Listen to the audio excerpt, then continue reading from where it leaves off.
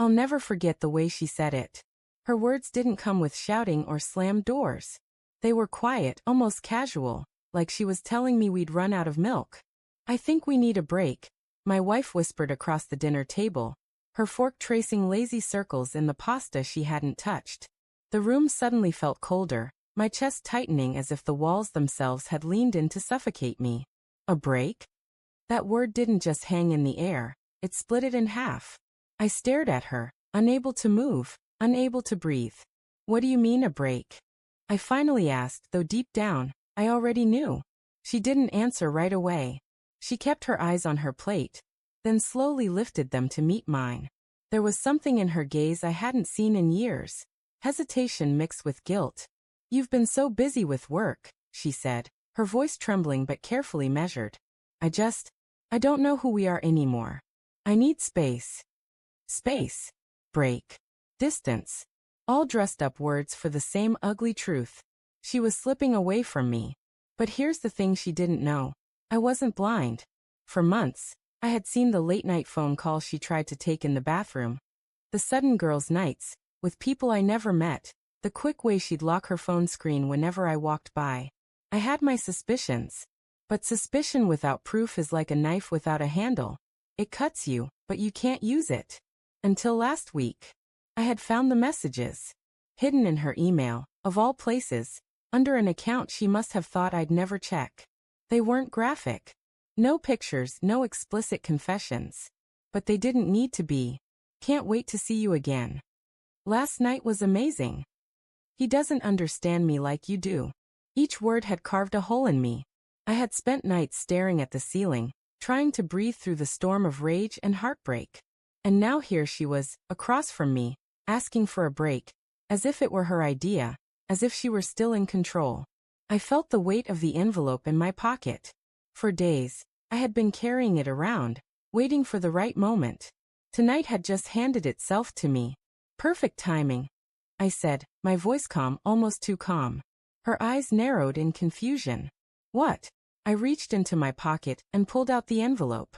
I laid it flat on the table between us, sliding it across the wood like a card in a poker game. What's this? She asked, her voice barely above a whisper. Transfer papers, I replied, locking my eyes on hers. I've accepted the offer in Chicago. New position, new city. I was going to surprise you, but I guess this is better. Her lips parted, but no words came out. She looked like someone had knocked the ground out from under her. A break, right? I said, my tone sharper now. Well, consider this your chance.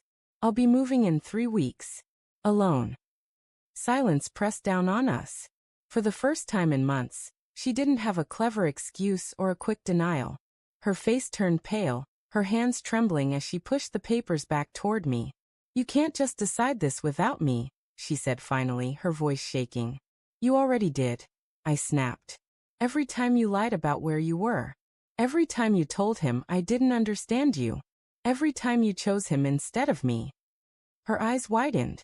The mask slipped. She knew. She knew I had read everything. You went through my emails? She whispered, as if that was the crime here. I went through the pieces of our marriage that you left behind, I said bitterly. And what I found? You don't want a husband. You want a safety net. You wanted me here to keep the house warm while you played with fire. Tears welled in her eyes, but I couldn't tell if they were from guilt or fear of losing the life she'd built with me. I didn't mean for it to happen, she pleaded. I felt alone. You were always gone, and he was there. It wasn't supposed to be serious. I laughed, but it wasn't from humor. It was hollow, raw, the kind of laugh that comes when there's nothing left to hold on to. Not supposed to be serious? I said, shaking my head. You threw away 10 years of marriage for something that wasn't serious? She reached across the table, her hand brushing mine, desperate, shaking. Please don't do this. We can fix it. I'll end it. I'll do whatever it takes. I pulled my hand back as if her touch burned. I already fixed it, I said quietly, tapping the papers. This is me fixing it. A clean break, exactly what you asked for. Her tears spilled now, dripping onto the table. She was sobbing, but I couldn't feel sorry anymore. Something inside me had died the moment I read those messages, and what replaced it wasn't anger. It was emptiness. "You think you're punishing me," she cried. "But you're just running away." I stood, pushing my chair back. My legs felt like they were carrying someone else's body, but I managed to walk toward the door. "No," I said, my voice low but steady. "I'm finally letting go." When I closed the door behind me, I expected to feel free. Instead, I stood in the hallway, trembling, my chest heavy. I wasn't relieved. I wasn't victorious. I was broken.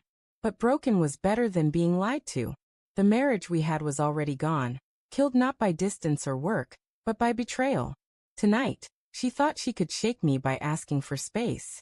Instead, I gave her all the space in the world. And for the first time in months, I realized I wasn't the one losing something. She was.